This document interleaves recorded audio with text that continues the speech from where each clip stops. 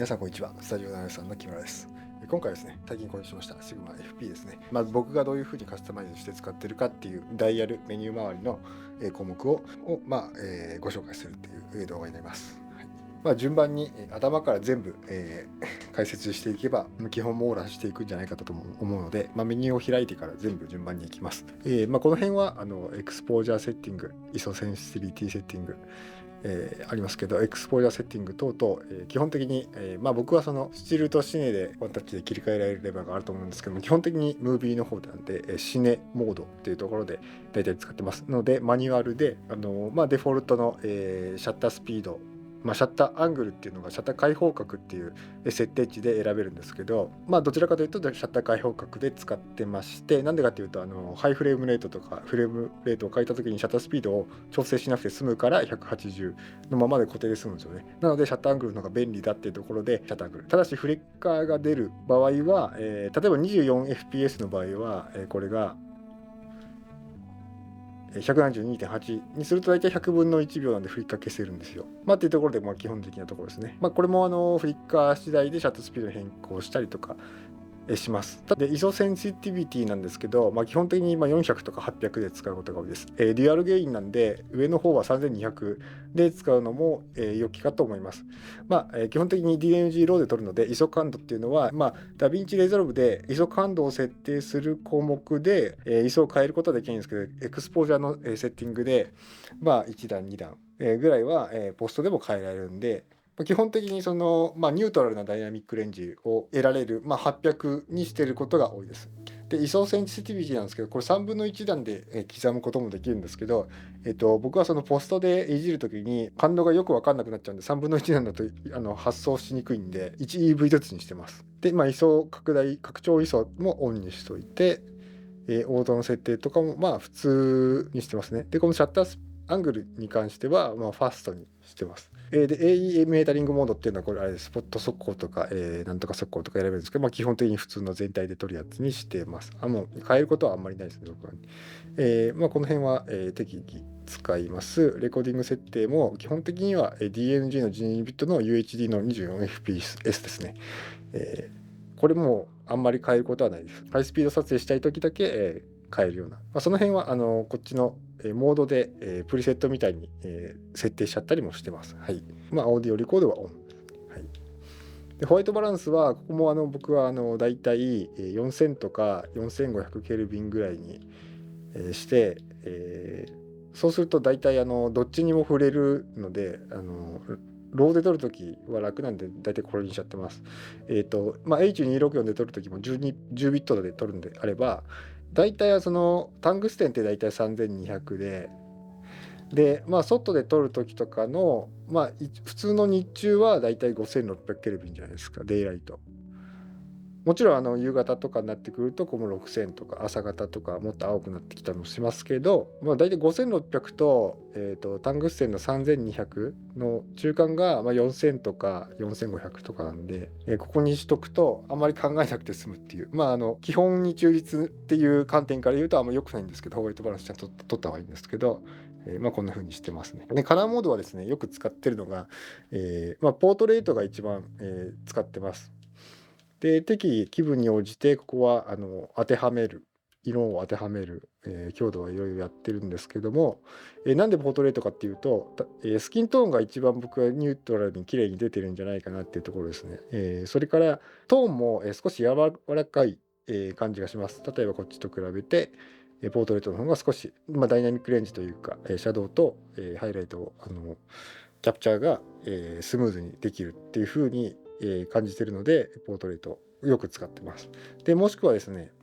パウダーブルーがとてもいいですね。パウダーブルーってなんでこれがいいかっていうと、これにすると明るめに全部収録できるガンマなんで、ハイライトをつうことは、AV 値とか ISO 感度とかを暗めに撮ってもこんぐらいはできるんだねみたいな風に撮れるんですよね。で、暗めに撮るっていうことはハイライト部分も1段ぐらい稼げてるはずなんで、パウダーブルーで結構撮ることが多いです。あと単純に綺麗だし楽しいです。で、カラーモードはそんな感じですね。で、ここのコントロールもやっぱりあんまりこうバシッと決めてくるとコントラストが高いと撮ってて不安になってくるんで、ワイルドでだいたいつけてます、オートで。はい。でこの辺は純正のレンズとかを使ってるわけじゃないんで、レンズオプティクスコンペンサションは、使ってないです。フォーカス周りのところは、基本的に、マニュアルモードで、フォーカスエリアは、基本的にシングルですと。AF たす MF はオンにして、コンスタント AF もオンにしてます。ただオートフォーカスを使うことがないのであんまり気にしてません。この辺も、オフってますね。AF マグニフィケーション。で、この辺は全部マニュアルで、全画面になるように、僕は考えてまして、ここを押したら、フォーカスが拡大フォーカスができるように。しかも全画面のやつ、ピップインじゃなくて。で、タッチもオンにして、フォーカスフレーム移動して拡大。でスタビライゼーションも、もうないレンズばっかり使ってるんで、ブラックアウトしてます、基本的には。フレームガイド等々もありますけど、基本的にはあんまり使ってませんね。16対9の、ものでしかまだ使ったことはありません。このディレクターズビューファインダーもとってもロマンのあるものなんですけども、この辺もまだそんなに使ってないですね。でブライトネスレベルモニターですけども、これも、ヒストグラム、それからウェーブフォーム、全部表示僕はしません。なぜならローで撮ってる時に、やっぱりレク709の仕様なんで、正確にそのレベルのモニターができないっていうところで使えません。ゼブラも使えません。フォルスカラーを使います。フォルスカラーは一旦 EL ゾーンっていうのもあるんですけど、これもまたその海外の人でテストしてる人がいて、 EL ゾーンはなんかハイライトをそんなに正確には出してないんじゃないかみたいなテスト結果があったので、僕自身そこまでしっかり見てはいないんですけど、慣れてるフォルスカラーをよく使ってます。 EL ゾーンもワンストップずつ、こうやって違いが見える最近できたような見方の企画なんで、明るさをワンストップごとに全部見ていけるっていうのがいいところだと思うんで、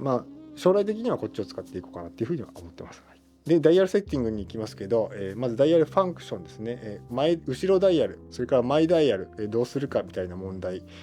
あります。モードによって、は設定できるんですけども、僕はマイダイヤルは、基本的に、前が絞りだっていうのが大体の僕の直感的な記憶なんで、マニュアルモードにおいて前は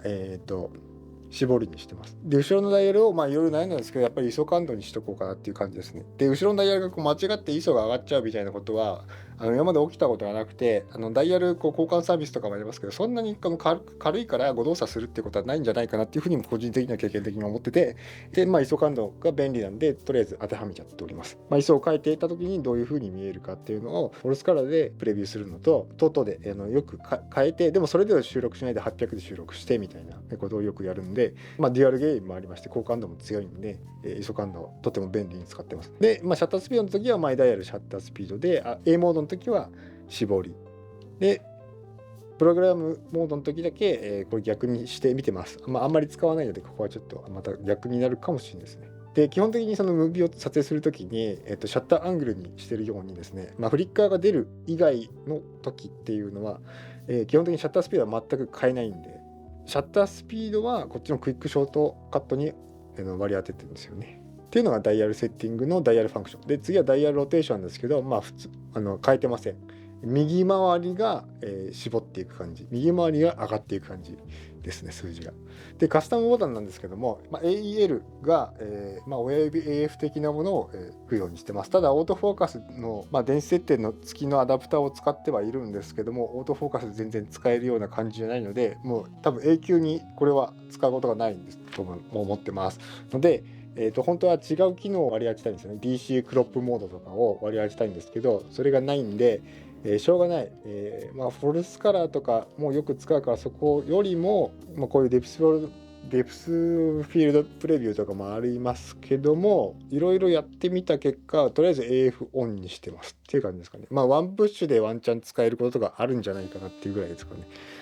で、十字キーなんですけども、十字キーをフォーカスフレームを移動するものに使えたりもするんですよ。例えばこのフレームを移動するのに僕はタッチでやってるんですけど、十字キーに割り当てることもできるんですが、十字キーあんまりこのファンクションボタン多くない中で、十字キーってすごい貴重なファンクションボタンだと思うんで、僕はファンクションボタンとして機能させることにしておりまして、で上が ISO センシティビティですね。上が ISO 感度、ダイヤルでもやるんだけど、上でもやりたいみたいなところですかね。はい。なんとなく GX8 を使ってた5年以上前の頃から上は ISO 感度だと思ってまして、ISO 感度がこう経験的にですね自然な風になってまして、やっぱり ISO 感度にしてます。っていうのはその H264 とかで収録してる時に ISO 感度もうちょっとだけ変えたいなっていう時はここ行って3分の1段で変えたりするような時もありますしね。はい、で上が ISO 感度で下がフォルスカラーです。これが一番使いますね。これもうマイカットの前にフォーカスとこれを絶対やってから収録するみたいな癖が今つきます。で早いです。はい、見やすいと思ってます。でこっちがフォーカスピーキングのありなしですね。オフにするか色を変えるか、これも一瞬でできるので左に割り当ててます。で右側がホワイトバランスなんですね。これもGX8 の頃から右側がホワイトバランスなんです。ちょっと余談になんですけど、こっちが富士のカメラも、右側はだいたいホワイトバランスにしてるんですよ。ちょっと飛んでるかもしれないんですけど。で上がですねやっぱり ISO 感度に関係する、ものを入れてるんですよ。だから上と右って結構僕は右がホワイトバランスで上が ISO 感度なんですよ。でアルファの S3 も併用して使ってるんですけど、アルファはですねまたこの十字ボタンがまた上がディスプレイボタンなんですよ。十字ボタンの上が。だからこう統一できないのがもうちょっとなんとかしたいんですけど、もう本当はねどのメーカーのカメラ使っても全部一緒になると、気持ちいいんですけどね、ボタンの配置も違いますからなかなかいけないんですけど、はい、っていうのが、ダイヤル、カスタムボタンのファンクションでございました。シャッターボタンは、ハーフプレスで AF オン、これもオフにする方がいいかもしれない。でレックシャッターボタンファンクションが、シャッターボタンでレックしますっていう感じですね。レックをしますって感じ。もちろんレリーズもできますって感じですね。これはプレイバックの時は、特に僕は何もいじっておりません。はい。この辺も、全部デフォルトのままなのでいじってないですね。はい、でこの、スティルシネリンクセッティングスっていうのが、一番最近のファームアップで多分ついたんですけど、僕はそのスティルの時のシャッタースピードとシネマの時のシャッタースピードは基本的に違うと思ってるので、そこは分けてくれっていう感じになってます。シューティングスタイルもムービーの方の、シューティングスタイルになってます。でカスタムモードなんですけど、6個登録できるところのこれが、シネマ DNG ローで12ビットで 24fps のやつです。でこれがフル HD の12ビットの 120fps ですね。ハイスピード撮影ってことですね。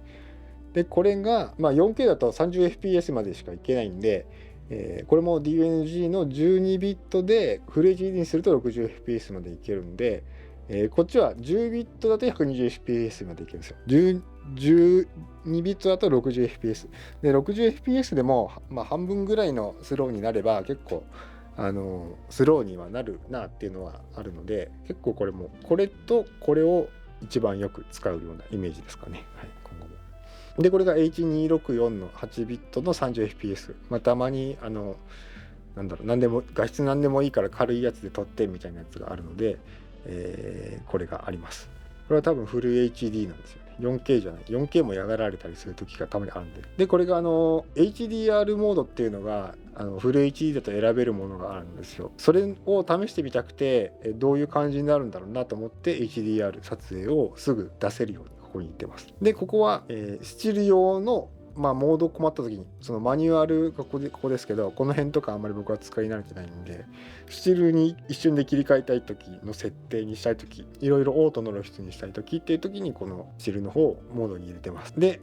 ここのカスタム QS っていうのがこの QS メニューですね。これ何にしてるかっていうところなんですけど、DC クロップモード、APS-C のレンズを僕は使うし、センサークロップしてもいいからもうちょっと一瞬で寄りたいって時はあるので、よくここを使ってますと。で他は基本的なそのレックのモードの確認用ですぐ入れるように全部ここに出してますと。でシャッタースピードも、カットごとには変えないんですけど、特にフリッカーが出たりした時に変える。なおかつこっちのダイヤルとかにアサインしないでここに入れてるのは誤動作しない、勝手に変わんないでほしいってところですね。でピーキング、ここはもうショートカットにもありましたけど、ピーキングとオーディオゲイン、これもたまにオーディオを撮るときにオーディオゲインいじりたいときがあるんですけど、目に行くとちょっと迷ったりするのでここにしてます。で LCD もこの野外とか今とか2になって暗くしてるんですけど、なんでかっていうと、これ上げると飛んじゃうんですよね。野外だともう7とかによく見えます。このファインダーいらないんじゃないかなぐらいLCD しっかり光るので見えます。ただこう撮影するときは飛びがちなんで、すぐ暗くできるっていうので QS に入れとくとこれはもう便利ですね。で、ディスプレイのモードのセッティングなんですけど、4つ全部使って LCD オフモードも僕は全部使ってます。どういう風に使ってるかっていうと、まず1番なんですけど、全部を表示させる方法ですね。その収録規格 DNG、ダイナミックレンジちょっとマイルドにしてますと。っていうのが全部パッと全部見えるっていう、一瞬で見えるっていうのをまず全部一番最初に入れてますと。で、これ水平器もここに出てるんですよね。水平器もよく使うので、ここに全部出現させるディスプレイ1に入れて1個押すと、3分割のフレームガイドが出てきます。で他は全部一緒。水準器から、フレームガイドになって、もう1個押すとフレームガイドが消える、水準器もないやつで情報が全部載ってるやつで、全部情報を消すやつですね。画角だけを 絵だけを見たいときっていうのが1個あって、これで4つで、あとはオフですね。これオフも電池節約したいとか、やっぱり最初はこれディスプレイもオフモードを使ってなかったんですけど、あるといいかなと思って電池節約したいとか、こうスイッチオンオフするよりもディスプレイオンオフする方が早いんで、電池節約しながらいろんなところでランのシュートができるみたいなので、ここを、オフれるように作ってます。はい、っていうのが、ディスプレイモード。オペレーションのロックモードは今のところそんなに誤動作でやんなったことないので使ってません。でタッチオペレーションも先ほど、見せましたけど、フォーカスのフレームとか、拡大フォーカスするときに、これ使うので使ってますと。この状態にして全部マニュアルフォーカスにしておくと、これタッチするとフォーカスフレーム選べるんですよね。フォーカスフレームを選んでこう拡大することができると。マニュアルフォーカス、拡大フォーカスが一番安心なんで、特にワイドレンズとかでやってる時です。結構見せる人多いんですけど、拡大フォーカスよく頻繁に使うようにした方がいいと思います。ミスをなくすためにですね。はい、エレクトニックサウンド、シャッターボリューム、これ電子音なんで一番でっかくしてます。人と一緒にやってる時とかのシャッターを切る時にシャッター切ったのが分かった方がいいかなっていう時ですね。だからあんまりこのスナップ的には使ってないので、一番大きくしちゃってます。レッグボリュームはオフにしてます。ちょっとうるさいかなっていうのがありましたんで、レッグを始めると赤くちゃんと出るので、それで十分かなと思います。で AF ボリューム、ここはAF 使わないので、あんまりここは気にしてないって感じですかね。はい。この辺も、必要に応じて、やってる感じですかね。はい、でパワーセーブなんですけど、 LCD デフォルトの設定だと LCD 結構頻繁に10セコンドとか30セコンドでオフになるような設定になってると思います。それも復旧するのも、ちょっとシャッターボタンを押したら戻るんで、非常に電池の持ちが良くなるために、非常に合理的なあれなんかなと思ってますけど、別に使ってませんって感じですかね。自分でそこはコントロールしたいので、先ほど説明したディスプレイモードをオフにするっていうところで、電池節約するときはディスプレイをオフに自分でコントロールしたいっていうところですね。はい。ね、オートパワーオフももちろんオフですね。エコモードもオフですね。何かしらが遅くなるの嫌だなっていうので、この辺は、オフにしてます。HDMI アウトは、僕はその外部収録できるモニター持ってないので、普通のモニタリングのアウトプットで、大丈夫です。で USB モードももろもろありますけど、ライブストリーミング UVC がついている一番最初のカメラが、FP ですので、これで使ってます。ケーブルレイズ、レッグシャッター、レリーズはそんなに使ってないんです。使うことは多分ないかなと思うんですけど、レッグになってますって感じですかね。はい。この辺でラング1なんですけど、最初に、言ってなかったんですけど、基本的に英語で使ってますと。で、なんで英語で使ってるのっていうと、英語に慣れて、そうするとYouTube も英語ベースで見れると、そうすると日本語だけで吸収するよりも、倍のノウハウが、転がってるわけなんで、そういうのにアクセスするために英語を、普段から親しみを、得られるように、英語を使ってます。やっぱりアメリカハリウッドはその映像制作っていうところの、文化の裾野が広いわけなんで、プレイヤーも多いわけですよね。で、おのずとレベルも高いと、バジェットも多いと、そういうところのナレッジをちょこちょこ、もう YouTube でも何でもいいので、英語になれることでキャッチアップできるっていうのがいいとこかなと思ってます。草の根運動ですけど、非常に有効だと思うので、心ある方はやってみたらいいんじゃないかなっていうふうに思います。その時に流行ってるグレーディングの方法とかもなんか向こうは向こうであったりするので、最近だとサブトラクティブカラーって言っていいや、この辺はいじってます。で、ファームは最新になってるはずですね。5で、これ QR コードは後で出しときます。っていうのがですね、C1FP のカスタムセッティングでございました。ざっとでしたけども、僕のカスタム設定ってこんな感じになってますっていう感じでやってますと。で、Sigma-FP ってやっぱりそのインターフェース周りをだいぶその最初のコンセプト、シンプル、ミニマル、カメラの脱構築みたいなところあったと思います。メニュー周りも非常になんていうんですかね、いらない機能、細かい変な機能はむしろ削業としてなくして、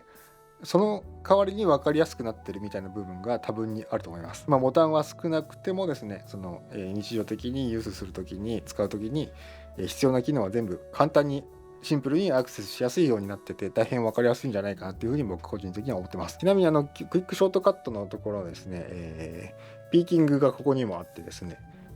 左を押すとまたこれもピーキングがあるっていうのがかぶってて嫌なんで、どっちかをフォルスカラーにしてどっちかを、ドライブモードとかにするのもいいかもしれないです。もしですね、おすすめの、カスタム設定ございましたら、コメントなどで教えていただけると、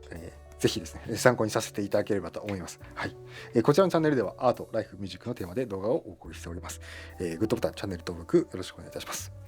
本日のカメラはですね、見えるかわかんないですけど、プロダクションカメラでございました。ローリングシャッターがですね、これですね。これがやりたいがため、ララランドのダンスのカットからピアノ弾くところ、これができるっていう。で、これをやりたいがために、フィルムかレッドコモードか、これしかないんですよ。今、世の中にグローバルシャッターのカメラですね。あと Z カムが確かあるから。で、これが一番安かったんで、これ買いました。これがやりたいっていう。はい、それではまた。